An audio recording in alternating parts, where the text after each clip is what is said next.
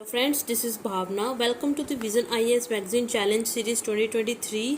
आज हम इसमें करेंगे अपना next topic, that is office of Lokpal. इससे पहले वाला जो टॉपिक है ये वाला जीएसटी अपीलेट ट्रिब्यूनल, ठीक है ना। ये फाइनेंस बिल 2023 में इसको थोड़ा मेंशन किया गया था, ठीक है, जीएसटी अपीलेट ट्रिब्यूनल को, ठीक है ना, कि इस्टेब्लिशमेंट हुई है इसकी ट्रिब्यूनल की, अपीलेट ट्रिब्यूनल की, क्योंकि ये फाइनेंस बिल 2023 में इसका जिक्र हुआ है। अगर फर्दर उसमें ये बनेगा तो हम इसको ज़रूर करेंगे, फिलहाल के लिए हम इसको भी छोड़ रहे हैं। इसके बाद हम सीधा अपना फिफ्थ टॉपिक कर रहे हैं, that is the office of Lokpal, ठीक है ना। ये टॉपिक बहुत ज़्यादा इंपॉर्टेंट है, इसको करना भी ज़रूरी है। रिसेंटली ये न्यूज़ में क्यों है? ये न्यूज़ में इसलिए है क्योंकि according to the report of parliamentary panel on personal public grievances law and justice, इसकी रिपोर्ट के मुताबिक जो हमारे पास लोकपाल हैं, ठीक है ना, उन्होंने अभी तक प्रोसिक्यूटेड नहीं किया है a single person for a graft till date. मतलब कि रिश्वत वगैरह के लिए अभी तक किसी भी व्यक्ति को जो लोकपाल ने प्रोसिक्यूट नहीं किया है, ठीक है ना। इसलिए ये थोड़ी न्यूज़ में है। लोकपाल क्या है पहले वो देखेंगे, ठीक है ना। फिर ये United Nation convention against corruption, ये कैसे लोकपाल से रिलेटेड है, फिर वो देखेंगे, ठीक है ना। इस तरह धीरे धीरे इस टॉपिक को ख़त्म कर देंगे। ओके, पहले देख लेते हैं कि लोकपाल क्या है।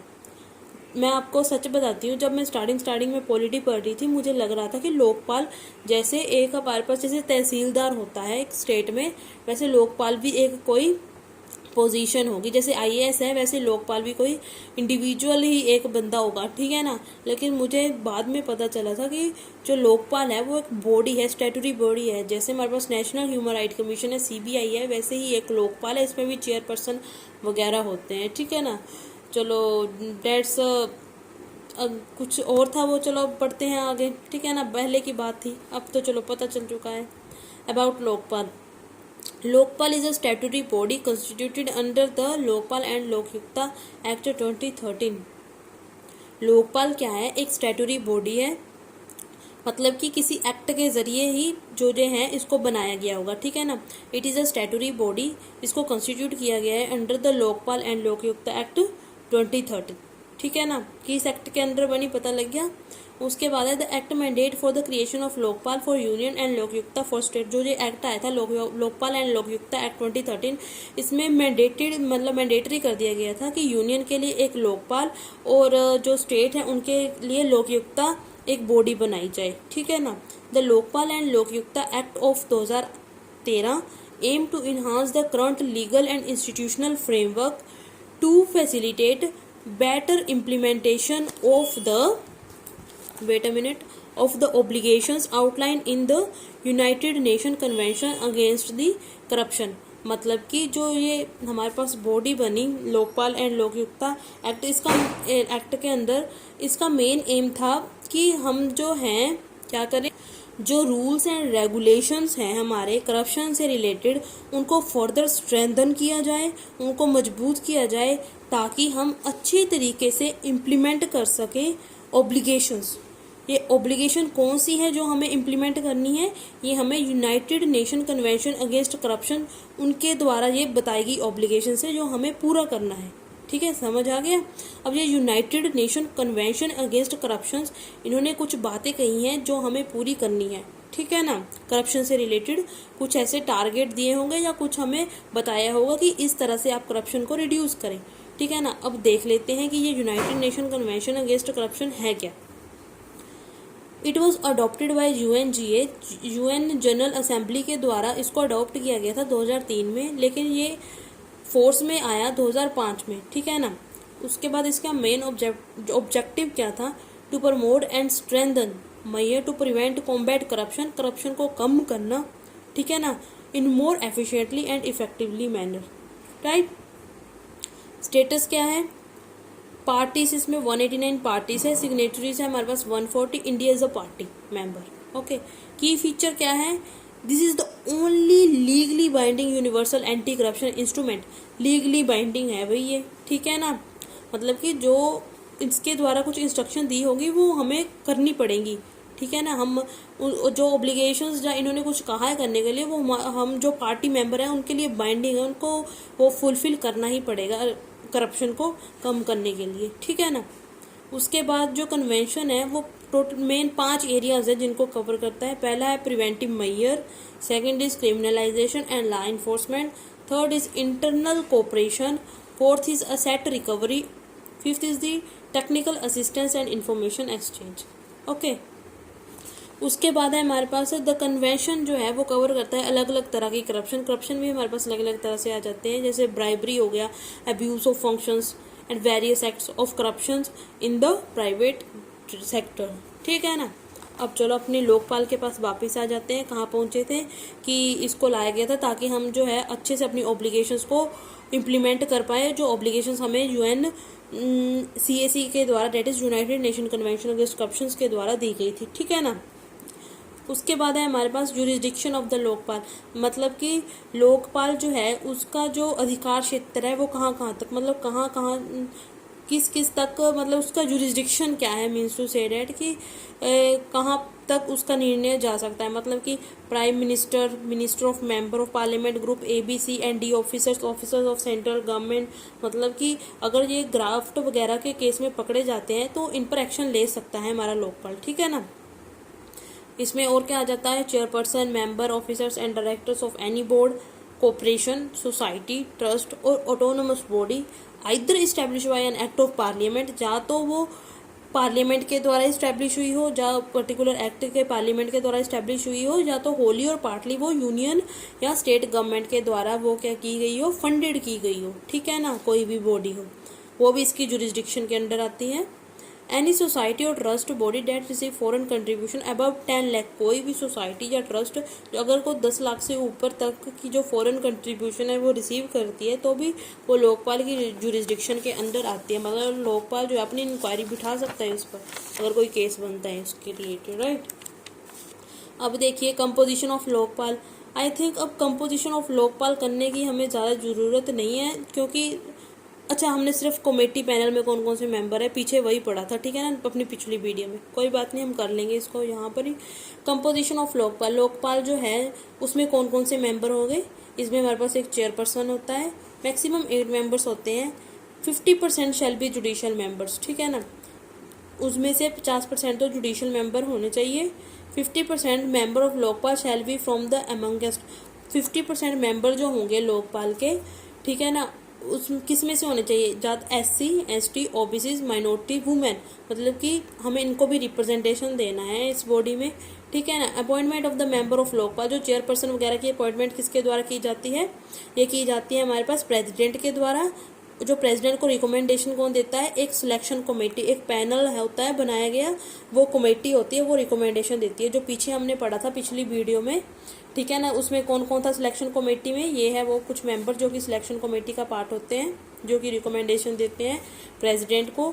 इसमें हमारे पास पहले आ जाएगा प्राइम मिनिस्टर। ठीक है ना, prime minister who shell be the chairperson of the committee, जो चेयरपर्सन होगा कमेटी का। ठीक है ना।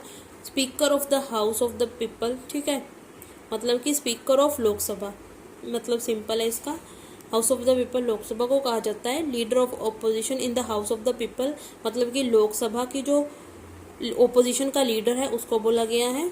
उसके बाद हमारे पास इसमें चीफ जस्टिस ऑफ इंडिया भी आएंगे, CJI, और जज of the supreme court nominated by CJI, या तो CJI होगी, ठीक है ना, या CJI होंगे खुद, या तो उनके द्वारा जो जज होगा सुप्रीम कोर्ट का उसको नॉमिनेट किया जाएगा CJI के द्वारा। एक एमिनेंट जूरिस्ट होंगे जो कि प्रेसिडेंट के द्वारा नॉमिनेट किए जाएंगे, राइट। उसके बाद है हमारे पास टर्म ऑफ ऑफिस, 70 ईयर्स तक जो है, और 5 साल 70 ईयर्स, ठीक है ना, 5 साल के लिए और 70 ईयर्स उनकी उम्र के मुताबिक। ठीक है ना, ये है उनका term of office. The chairperson and every member hold office for a term of 5 year, या जब तक वो 70 साल की उम्र को अटेन नहीं कर लेते। ठीक है ना। सैलरी अलाउंस कितनी सैलरी मिलती है उनको, chairperson shall be the same as those of chief, जैसे चेयरपर्सन को पता कैसे मिलती है, जैसे CJI को मिलती है। ठीक है, चीफ जस्टिस जो होते हैं हमारे इंडिया के उनको मिलती है उतनी ही सैलरी इनको भी मिलती है। अदर मेंबर्स जो होंगे shall be the same as those of the, जितनी जज ऑफ द सुप्रीम कोर्ट की सैलरी होती है बाकी मेंबर्स जो होते हैं उनकी उतनी होती है। अब लोकपाल को रिमूव कैसे किया जाएगा वो देख लेते हैं।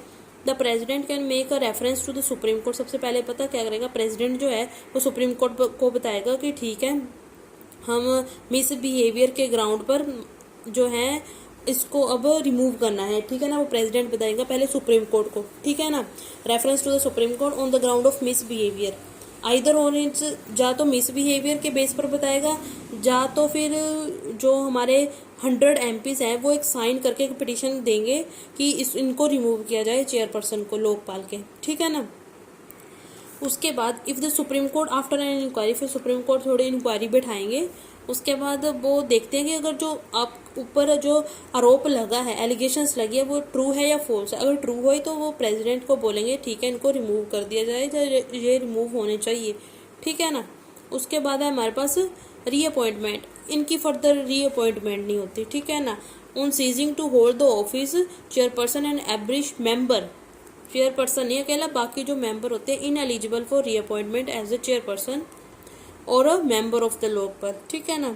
दे आर ऑल्सो एलिजिबल, वो एलिजिबल नहीं होते किसी भी diplomatic assignment, appointment as a administrator of union territory and any such other assignments and appointment which is required by law to be made by the president by warrant under his hand and seal, ठीक है ना।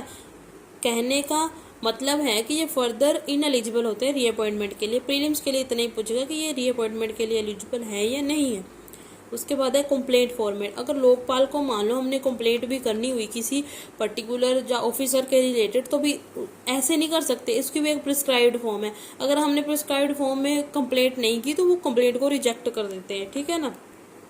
A complaint under the Lokpal act should be in the prescribed form में होनी चाहिए and must pertain to an offence, और जिस चीज़ के related हम कंप्लेंट लिख रहे हैं कि क्या मेन कोज था उस कंप्लेंट को लिखने का, वो ऑफेंस होना चाहिए under the prevention of corruption act. मतलब कि जो प्रिवेंशन ऑफ करप्शन एक्ट 1988 है उसके अंदर कुछ ऑफेंसेस लिखे गए हैं, उन ऑफेंसेस में से एक ऑफेंस होना चाहिए, ठीक है ना।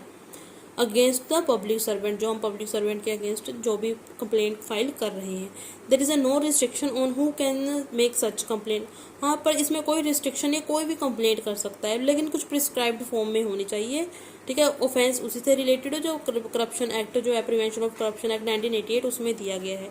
विंग्स ऑफ लोकसभा, लोकसभा में हमारे पास 2 विंग्स होते हैं, एक हमारे पास इंक्वायरी विंग होता है, दूसरा होता है प्रोसिक्यूटिंग विंग। इंक्वायरी जो इंक्वायरी करता है, प्रोसिक्यूशन जो बाद में सजा वाला काम करेगा, राइट। सबसे पहले है when a complaint is received, Lokpal, सबसे पहले क्या होता है जब कंप्लेंट रिसीव की जाती है लोकपाल के द्वारा, द लोकपाल में order a preliminary inquiry by its inquiry wing. मतलब कि जब कंप्लेंट की जाती है तो लोकपाल जो ऑर्डर देता है अपनी इंक्वायरी विंग को कि भाई इंक्वायरी बिठाई जाए, इंक्वायरी करी जाए, पूरी इन्वेस्टिगेशन की जाए। इसमें सिर्फ इंक्वायरी विंग नहीं होती लोकपाल की, इसमें जो CBI है वो भी इंक्लूड हो जाती है, ठीक है ना, किसी के टाइम इन्वेस्टिगेशन के लिए। The Lokpal with respect to central government, फिर क्या करता है जो लोकपाल होता है with respect to central government, servant shall refer the complaint to the central vigilance commission. मतलब कि अगर कुछ सेंट्रल गवर्नमेंट सर्वेंट से रिलेटेड कंप्लेंट्स है तो जो हमारा लोकपाल है उसको सेंट्रल विजिलेंस कमीशन को भी भेज सकता है, ठीक है ना। उसके बाद है a preliminary inquiry should be completed within 30 days, time period 30 days का है, उसके बीच में जो इंक्वायरी है उसको पूरा करना है, ठीक है ना। If the inquiry conclude that an offence was the committed, अगर इंक्वायरी में प्रूव हो कि ऑफेंस कमिट हुआ है तब Lokpal can recommend disciplinary action, तब लोकपाल जो है वो रिकमेंड करेगा डिसिप्लिनरी एक्शन को, मतलब कि एक्शन लिया जाए उसके खिलाफ, कुछ भी ऑफिसर के खिलाफ according to their offence. It can also file a case in the special court sorry, और जा तो वो कोर्ट में भी केस फाइल कर सकता है, जो इससे ना कुछ इससे रिलेटेड कुछ स्पेशल कोर्ट्स होते हैं हमारे पास, ठीक है ना। द सेंट्रल गवर्नमेंट जो है वो कंस्टिट्यूट करवाती है कुछ number of special courts as recommended by the Lokpal to hear and decide the cases arising out of the prevention of corruption act 1988 और अंडर दिस एक्ट। मतलब कि इन केसेस से रिलेटेड जो प्रिवेंशन ऑफ करप्शन एक्ट 1988 है, इस cases से related हमारे पास जो केसेस है वो ये स्पेशल कोर्ट्स में जाते हैं, ठीक है ना। Lokpal does not need prior sanction to inquire into an offence or to initiate prosecution in the special court। Lokpal को फर्दर कोई सैंक्शन नहीं चाहिए होता या किसी की मतलब सिग्नेचर नहीं चाहिए होते, कंसेंट नहीं चाहिए होती ये ऑफेंस से रिलेटेड इंक्वायरी करने के लिए या प्रोसिक्यूशन वाले प्रोसेस को इनिशिएट करने के लिए स्पेशल कोर्ट में, ठीक है। Issues with Lokpal in India, क्या क्या इश्यूज हैं। पहला issue delay in the appointment नहीं हो रही है, लोकपाल जो चेयरपर्सन है उसकी, ठीक है ना। देखिए, the appointment of the Lokpal was delayed by for several years after the law passed in the 2013। अभी भी जो है हमारे पास जो चेयरमैन की पोस्ट है वो वैकेंट है 2022 मई से, ठीक है ना। 1 साल हो चुका है, अभी तक नहीं भरी गई है, which is against the direction of Lokpal act, जो कि लोकपाल एक्ट 2013 है उसके अगेंस्ट है। Vacancies of the 2 judicial member have also not been filled up of the year 2020। Judicial members की जो पोस्ट है वो भी अभी तक वैकेंट चल रही है।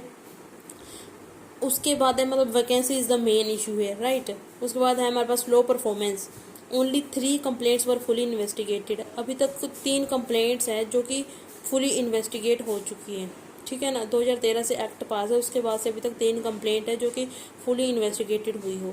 It has not prosecuted even a single person accused of graft. अभी तक कोई भी सिंगल पर्सन को प्रोसिक्यूट नहीं किया गया है ग्राफ्ट के आरोप में। It dispose of 68% corruption complaints. 68% complaints जो हैं उसको डिस्पोज कर दिया गया है। बहुत सारी जो कंप्लेंट्स है उसको तो ऐसे ही डिस्पोज कर दिया जाता है कि अपने ये प्रिस्क्राइब्ड फॉर्मेट में नहीं दी है आपने ये कंप्लेंट, ठीक है ना। Lack of political will, lack of political will में है हमारे पास जो हमारे पास स्टेट में जो लोकयुक्ता की अपॉइंटमेंट करनी थी, ठीक है ना। Appointment of Lokayukta was also delayed, ठीक है ना, सिंस 2013। मतलब कि 2013 से वो भी डिले ही की जा रही थी, डिले की जा रही है अभी भी, ठीक है ना। मतलब ना लोकपाल की जो अपॉइंटमेंट सही से हो रही है, ना ही लोकयुक्ता की। उसके बाद है हमारे पास lack of faith, the dwindling number of complaints highlight that people lack faith in watchdog. उसके बाद है हमारे पास ग्रीवेंसीज रिड्रेसल। हमारे पास कोई एडिकेट प्रोविज़न नहीं है कि हम जो है अपनी अपील को अगेंस्ट द लोकपाल रख सकें। मान लो अगर लोकपाल ने कुछ पर्टिकुलर डिसीजन दिया है, उसके अगेंस्ट में अगर हमें फिर से बोलना हो कि हमें ये जो डिसीजन है वो मंजूर नहीं है, उसके लिए हमारे पास कोई एडिकेट प्रोविज़न नहीं है, ठीक है ना। उसके बाद है हमारे पास वे फॉरवर्ड, क्या हो सकता है, कॉन्स्टिट्यूशनल स्टेटस। कह रहे कि जो ये बॉडी है इनको कॉन्स्टिट्यूशनल स्टेटस दिया जाए ताकि पॉलिटिकल इंटरवेंशन कम हो इनमें और ये इंडिपेंडेंट हो जाए। Reduce the delay in appointments, जल्दी से जल्दी अपॉइंटमेंट की जाए। अमेंडमेंट इन सिलेक्शन कमेटी, अब लीडर जो सिलेक्शन कमेटी है उसमें हमारे पास लीडर ऑफ ओपोजिशन, सिर्फ इतना ही बताया है, leader of opposition. Opposition party तो हमारे पास बहुत सारी होती है, उसमें से किस पार्टी का मेंबर को लीडर बोल रहे हैं वो नहीं पता, इसलिए ऐसा अमेंडमेंट करके ऐसा लिखा जाए कि जो हमारे पास लार्जेस्ट ओपोजिशन पार्टी है उसके लीडर को, ठीक है ना, जो है पैनल में सिलेक्ट किया जाएगा। इंक्रीज अकाउंटेबिलिटी, जो हमारे पास लोकपाल है उसको अकाउंटेबल होना चाहिए, लोकपाल जो है उसको अकाउंटेबल होना चाहिए फॉर इट्स एक्शन, ठीक है ना। Improve public awareness, public awareness को इम्प्रूव भी करने की ज़रूरत है थ्रू कैंपेन्स, ठीक है ना। और बस यहीं पर ख़त्म करते हैं इस वीडियो को। Thank you, stay tune with me, like, subscribe, share, have a nice day.